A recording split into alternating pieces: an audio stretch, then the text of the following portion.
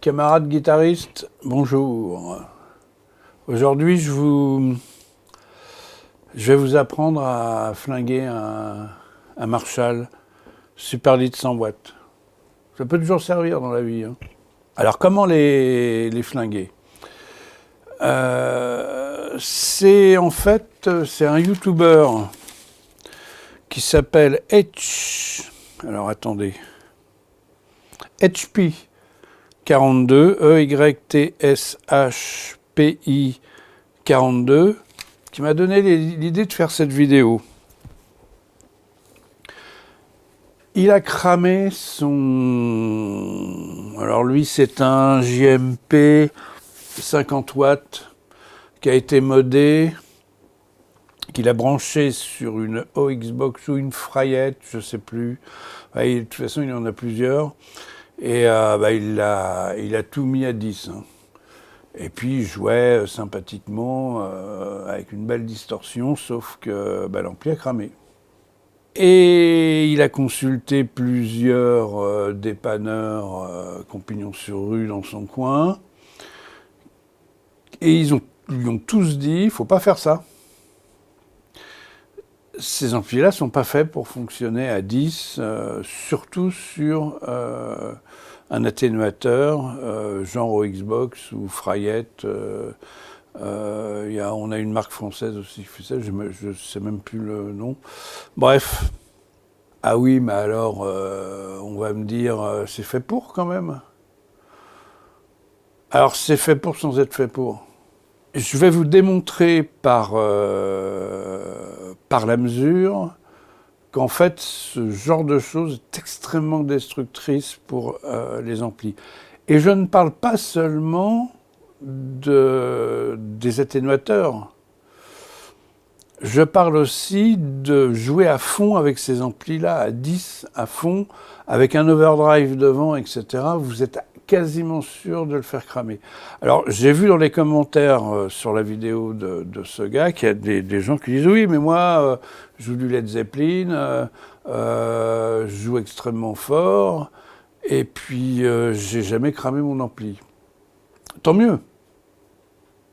Ça dépend en fait de beaucoup de facteurs. Ça dépend de la manière dont l'ampli est biaisé.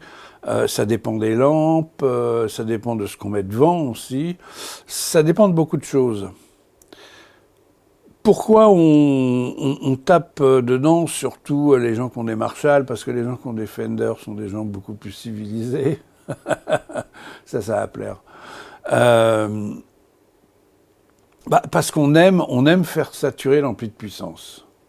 La saturation du préampli est moins belle, moins agréable que quand on surcharge le transfo de sortie et qu'on fait travailler les lampes de puissance à donf. C'est évident. C'est évident.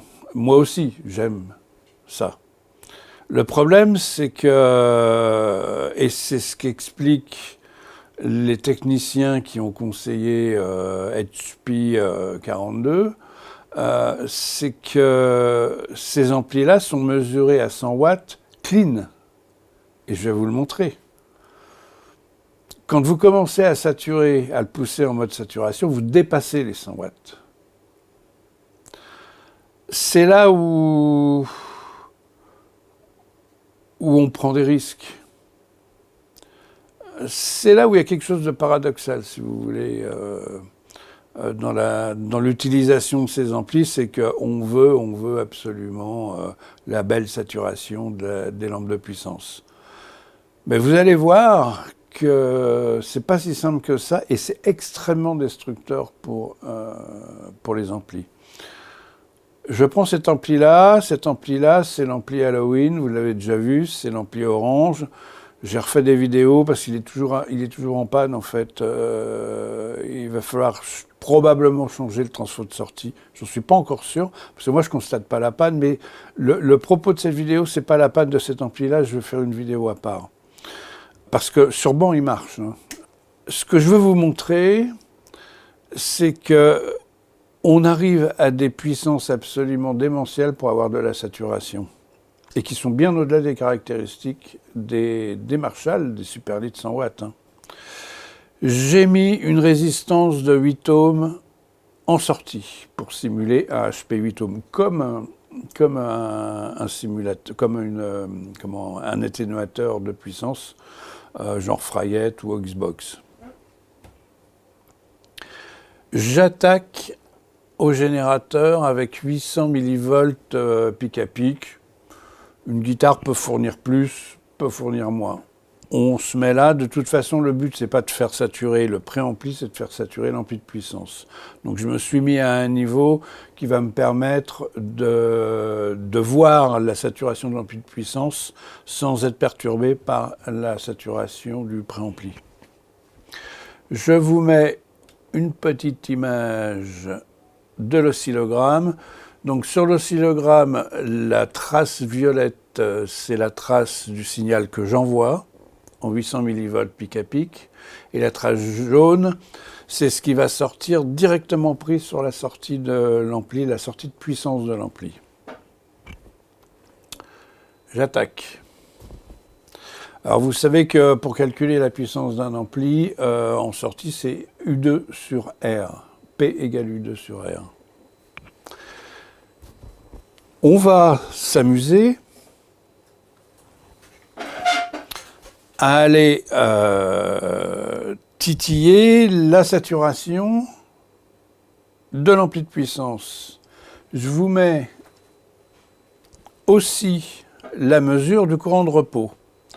Là, vous pouvez voir qu'on est à 40 mA. Alors 40 mA pour 500 volts, parce que malheureusement cet ampli-là est sous 500 volts, normalement c'est 440 volts.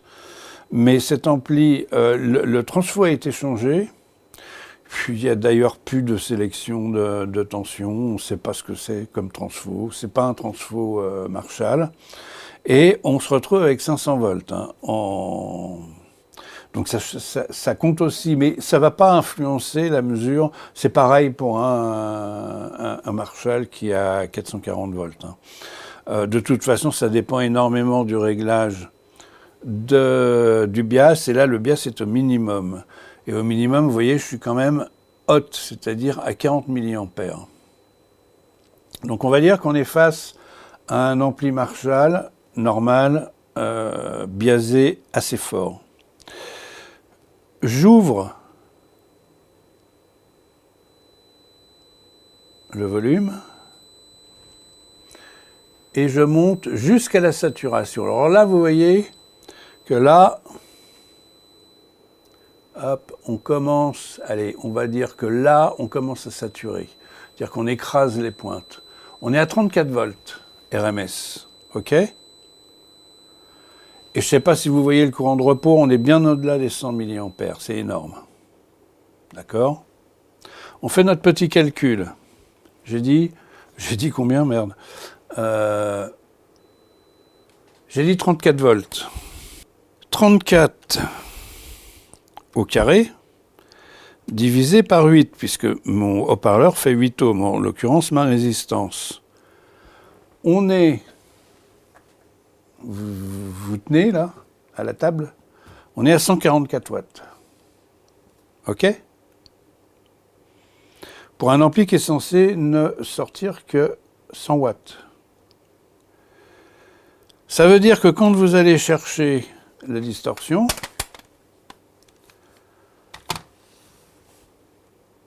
vous allez faire souffrir l'ampli énormément. Normalement, ils sont surdimensionnés. En plus, on est en sinusoïdal, on est en RMS, et on est en sinusoïdal constant. C'est-à-dire qu'en fait, on envoie on a une puissance qui est constante dans le temps, qui fait souffrir encore plus l'ampli que quand on joue, parce que quand on joue, on a des crêtes, et puis ça s'apaise, etc. Et la valeur moyenne du signal est bien plus faible. Mais quand même, quand on commence, parce que quand on sature, et quand on commence à écréter, vous voyez là, si je cherche une grosse saturation, vous voyez là, je cherche une grosse saturation, on est à 40 volts, ok? 40 volts, en signal carré, 1600 Donc 40 x 40, 1600 divisé par 8, ça fait 200 watts. D'accord? Donc là, on vient de lui tirer 200 watts dans la tronche. C'est comme ça. C'est physique. Hein. C'est pour ça, alors, le youtubeur on conclut déjà qu'il faut prendre un atténuateur, par exemple, quand on a ampli de 100 watts, on ne prend pas un atténuateur de 100 watts, on prend un 200 watts, ce qui est tout à fait logique. Et puis, moi je dirais, si votre ampli crame, ben vous savez ce qui s'est passé, vous comprenez ce qui s'est passé. On peut faire des tas de tests, hein, et là encore, je suis à 800 millivolts en entrée, on peut encore envoyer la sauce, on peut envoyer plus de sauce, donc on va peut-être saturer un petit peu avant. Mais moi, ce que je conseille, c'est d'acheter un rhéostat comme Van Allen et de le faire travailler sous-alimenté. Vous allez avoir une saturation, hein, Van Allen, il avait une belle saturation. Vous allez avoir une saturation qui va arriver bien plus tôt. Vous ne serez pas obligé de pousser l'ampli. Et en plus, maintenant, les rhéostats, les Vevor, par exemple, moi j'en ai acheté un, là. Alors j'en ai acheté un très gros parce que je veux avoir de la puissance. Mais vous pouvez, là, si je mesure l'ampli plein pot, la consommation de l'ampli plein pot, j'ai mes mesures secteur, consommation, etc.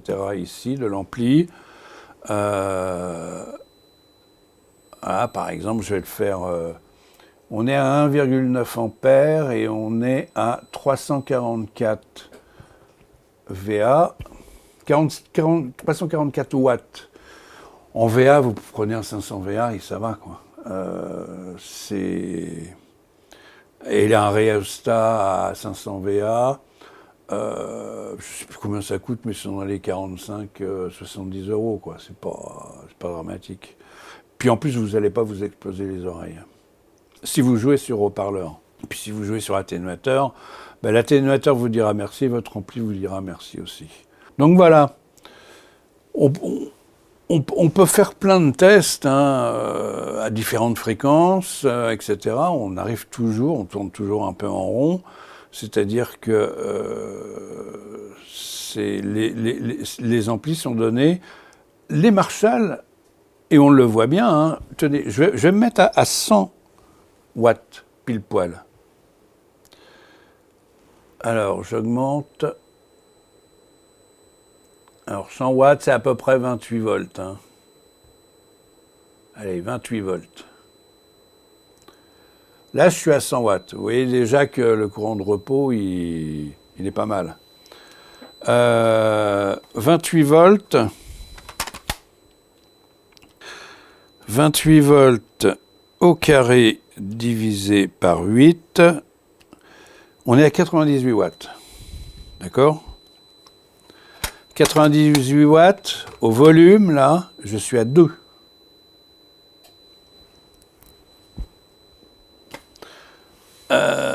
Donc vous imaginez, hein, là, pour arriver à la saturation, vous voyez, pour arriver à la saturation, je suis à 35 volts, 37 volts, je suis un peu au-dessus de 2, quoi. Alors, il y a une chose quand même qui se passe, que je peux vous montrer. Je vais coupler les deux canaux, comme on le fait, hein, sur tous les Marshall Superlead et JMT. Voilà. Et là, on se rend compte qu'il y a, quand j'ouvre l'autre canal, on a un déphasage entre les deux qui écrase le signal. Voilà. Donc vous voyez là, j'ai ouvert un canal, et là, si j'ouvre l'autre canal, vous voyez que, hop, j'ai un creux, et je remonte le signal, et là vous voyez, on arrive même, en jouant sur les deux canaux, on arrive à être en phase, et à ce moment-là, le signal commence à augmenter. Donc, là, par exemple, j'ai le canal aigu à 2 et le canal grave à, on va dire, à 2 heures. Et vous voyez, si je baisse, vous voyez, je baisse le canal de gauche, et là, d'un seul coup, j'ai un niveau de cheval. Je suis obligé de rebaisser de l'autre côté. Alors, on est à 1000 Hz. Hein. Quand le signal de la guitare étant complexe et large, vous allez sentir une différence de sonorité, mais pas forcément une différence de volume, d'intensité sonore. Mais, vous voyez ce qui se passe là? Juste pour vous mettre en évidence le fait que coupler les deux canaux, c'est pas seulement rajouter des graves et des aigus, mais c'est aussi jouer sur la phase de l'ampli, de certaines fréquences. Faudrait tracer des courbes et voir un peu comment ça se mélange, les courbes se mélangent. Parce qu'évidemment, c'est pas linéaire sur toute la bande passante. Bon. On va pas rentrer dans ce genre de détails. Je voulais juste vous montrer que jusqu'à 100 watts, on ne sature pas. C'est après 100 watts qu'on sature. Ça veut dire que quand vous faites saturer votre ampli, vous êtes au-delà de 100 watts. Alors, il faut prendre grosses guillemets quand même, il faut dire ça avec des gants parce que ça dépend des HP qui sont derrière, ça dépend du signal que l'on envoie en entrée, ça dépend de beaucoup de choses. C'est pour ça que moi j'ai vu dans les commentaires de la vidéo de HP42, j'ai vu des gens qui disent « Ouais, mais moi je joue du Led Zepp depuis des années, j'ai mon Marshall à fond, il n'a jamais pété. » Mais oui, mais ça dépend ce qu'on lui envoie et ça dépend sur quoi il sort. C'est toujours pareil. Hein. Là, on est dans quelque chose qui fume.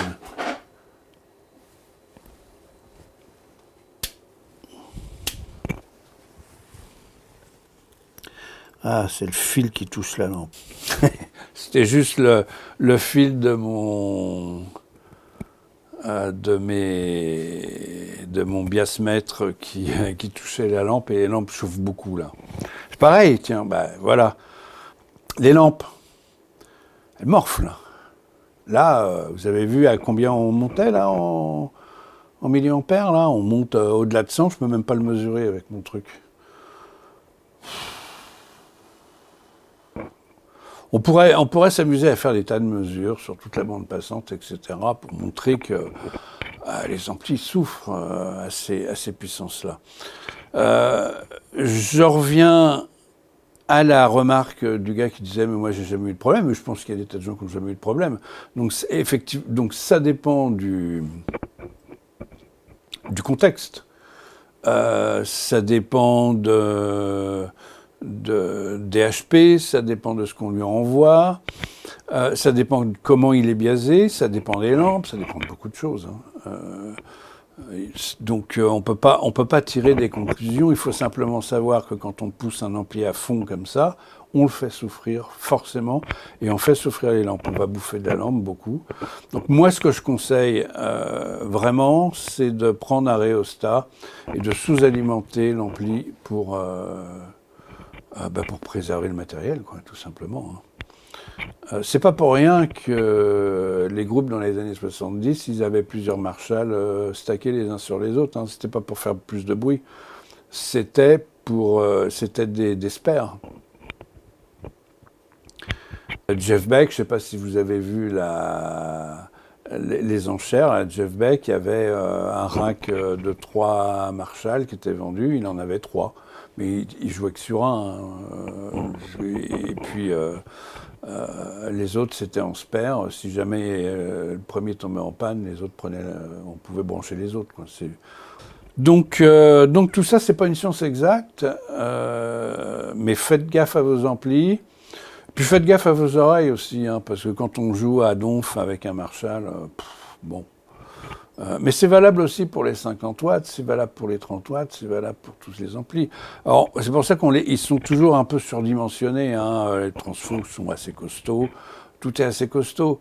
Mais parfois, on peut les cramer et ben, faut l'accepter. C'est comme ça.